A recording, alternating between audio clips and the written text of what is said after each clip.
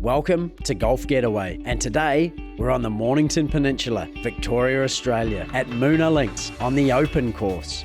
This is an amazing golf course, the first ever 18 holes built and prepared specifically for a national championship. We'll take a look around this tough rooster, grab a couple of local and much needed pro tips, and take on one of the world's tallest golfers who loves his golf almost as much as playing for the Boomers.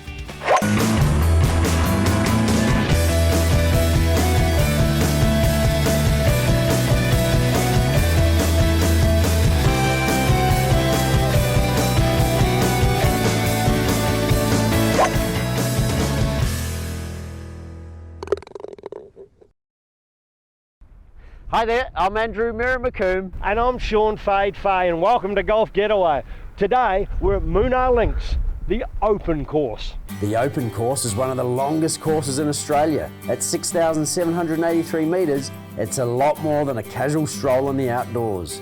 It's a mighty and ferocious test of golfing ability. In fact, Peter Thompson estimates that the average golfer will need an extra 8 shots. Lucky I'm not average, eh, Mirror? However, the longest tees are only ever used on the odd championship occasion. And while it's not the Australian Open, it's the closest Fade and I'll ever get to playing championship golf. The first at the Open is a relatively short par 4 at 301 metres. It's a gentle wake-up. The pros, they find it an easy pipe opener, but less immortals, they may stumble. Usual fiddle, 555. Yeah, we well earned today, Fade, well earned.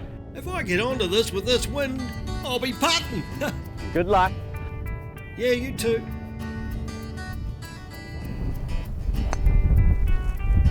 Blow, baby, blow!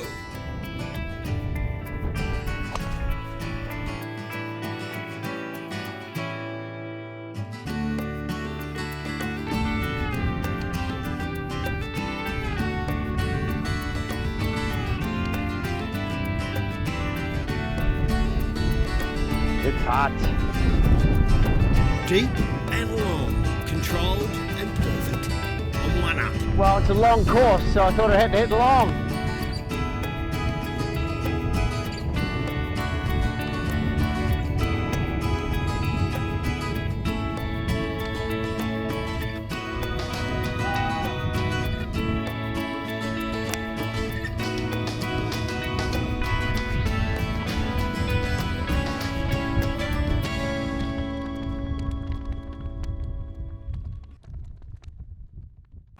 Our first par 3 of the morning.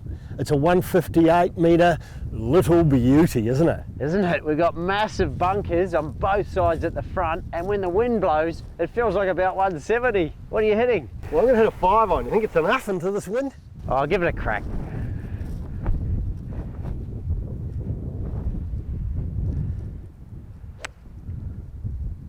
Oh, the wind took it, pulled it over that hill. Oh, sandy, sandy, sandy. Got bitten by the bunker. Check out the size of it.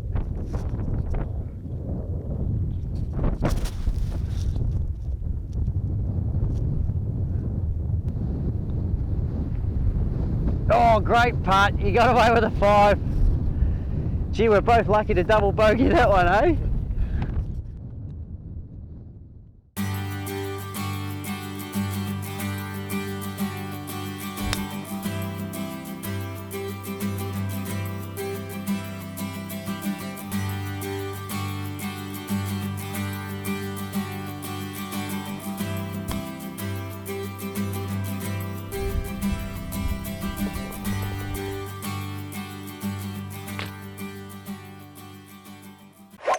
We're here at Moonah Links on the open course. This is the 7th. It's a 149 metre par 3, and with me is Chris Anstey. Chris, does being this tall help you golf?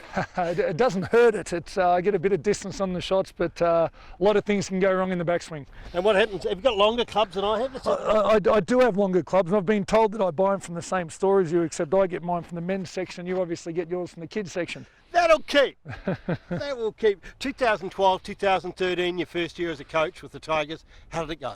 It went well. We didn't get where we wanted to be. We didn't make the finals, but look, I learned a lot individually as a coach. We learned a lot about the group, and the group got to learn a lot about me. So the Melbourne Tigers is heading in the right direction. I'm really glad to be a part of the team I captained for 5 years at the end of my career. Well, and the transition from being a player to a coach, how did that go for you personally? It went well, and I think I found it as interesting, or I took as much enjoyment as in the younger kids, I guess, progression and success as I did my own towards the end of my career. And I've travelled some amazing places. I've played in different countries, and I like sharing what I've learned over the years. And I've had a lot of different coaches, and I've now got a team to share those experiences with. How does golf help your basketball? It relaxes me. It enables me to switch off. It enables me to just spend a good 4 or 5 hours with good friends. It lets me see the world. It lets me see different parts of the state. And I haven't played on an ugly golf course yet. So, golf courses are a beautiful part of the world usually. There certainly is.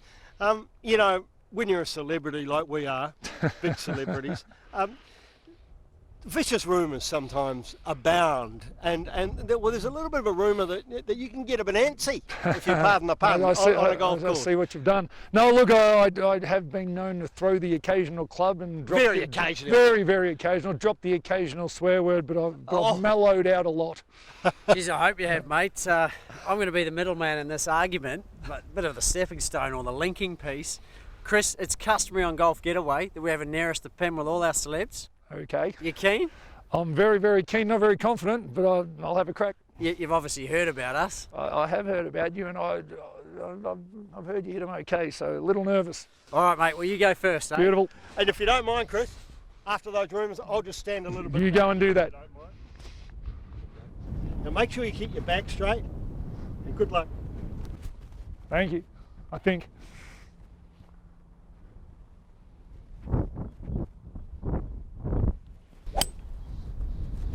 Nice shot.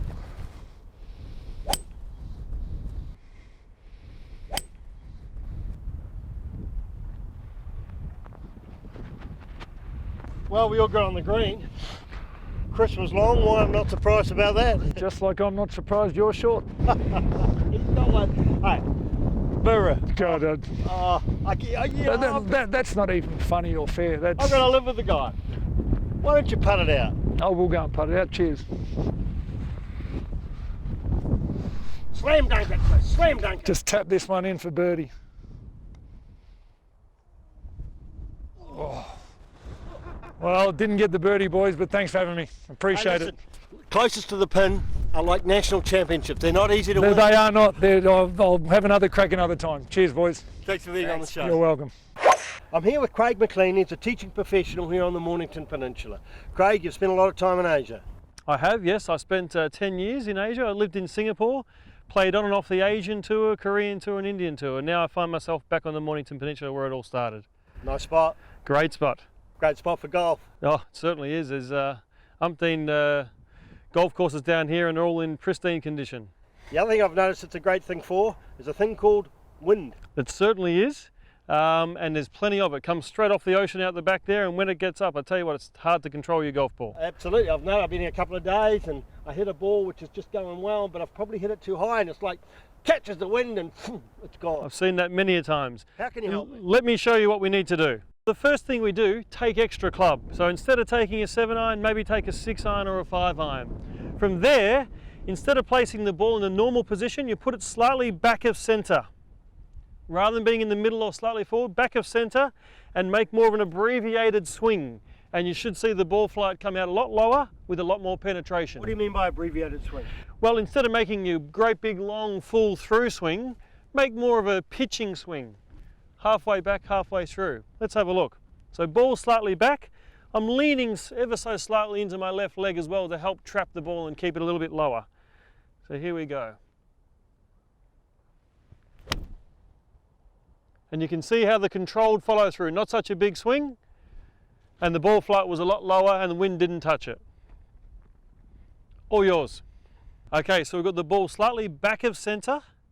You got a little bit more weight into your left side, and let's make that 3/4 swing, nice and smooth. 3/4 swing. And you know my swing, it's hard to change it. that's okay. Perfect. See the low penetrating ball flight? Nice divot. Well done.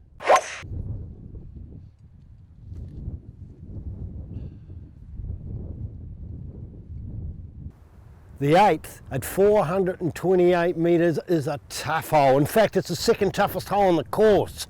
And with those massive bunkers down there, it's going to be twice as brutal. Won't be many on in 2. We'll be lucky to be on in 4. Oh, good shot though. That's a good start.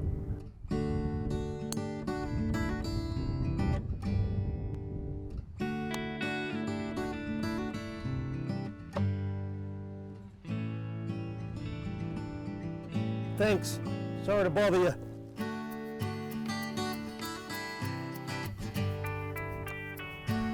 Great putt.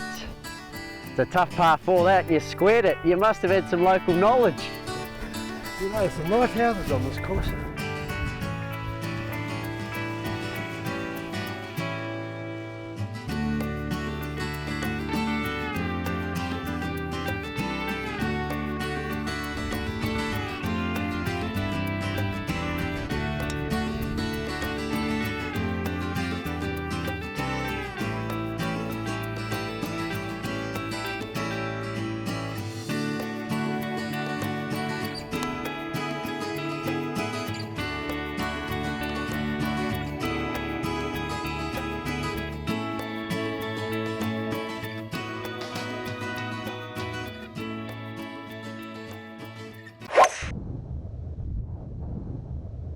Gee, there's no rest for the wicked. Here we are at the 10th and it's the hardest hole. It's a 408 metre par 4, but most people play it like a par 5.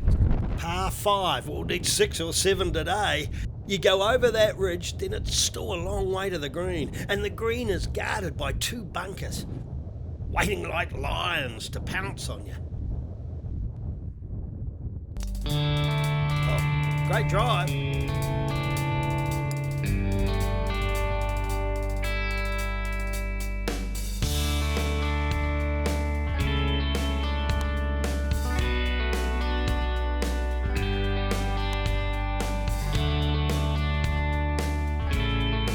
Hey, hard the hardest.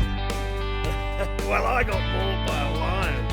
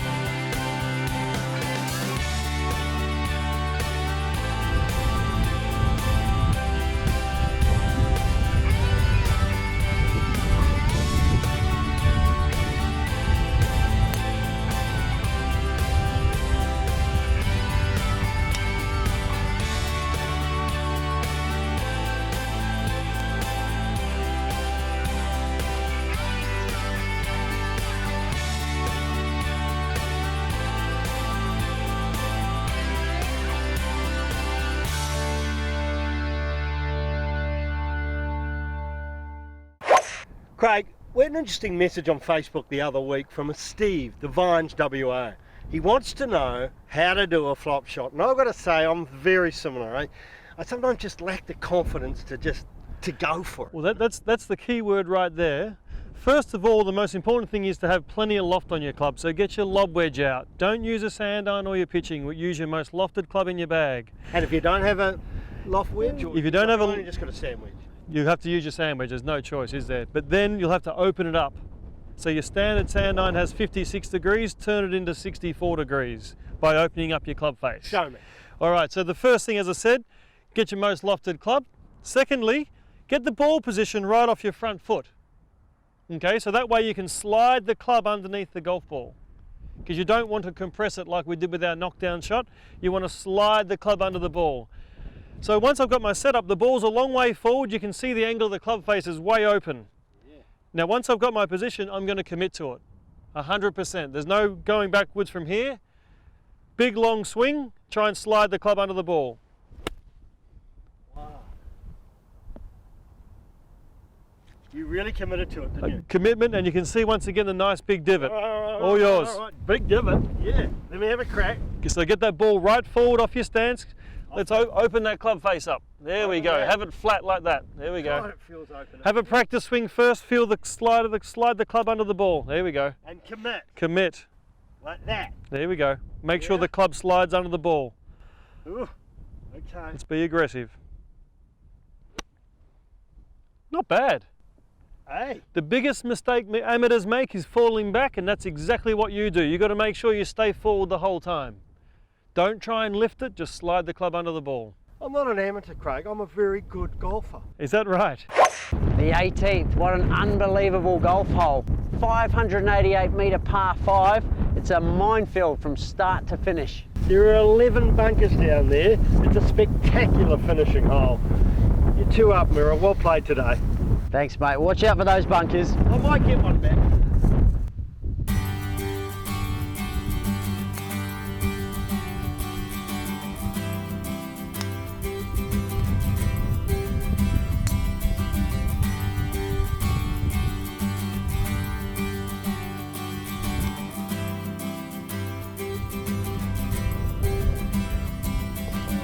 Hey.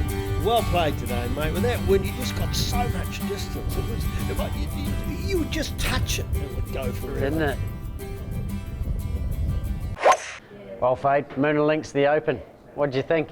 Oh, look, I loved it. I mean, to play back on those back tees, you really felt like you were in the Open Championship. You know, for the greens with those amphitheatres, I was imagining thousands of adoring fans cheering me on. And, mate, how's the length? Seriously, some of those tee boxes were 100 metres back from the men's tees. You got onto some. With the wind, you were on them too. Yeah, 2 on the par 5s. That's pretty hefty, isn't it? You played well today. And it's just a privilege to sort of play on a championship course and really get the feel of what it would be like, I guess. Great day. Here's to the Open. Windy, but great day. Well, there it is. I'm Andrew Mira McCombe. And I'm Shaun Fade. We hope you've enjoyed watching Moonah Links, the monster long open course, as much as we have playing it.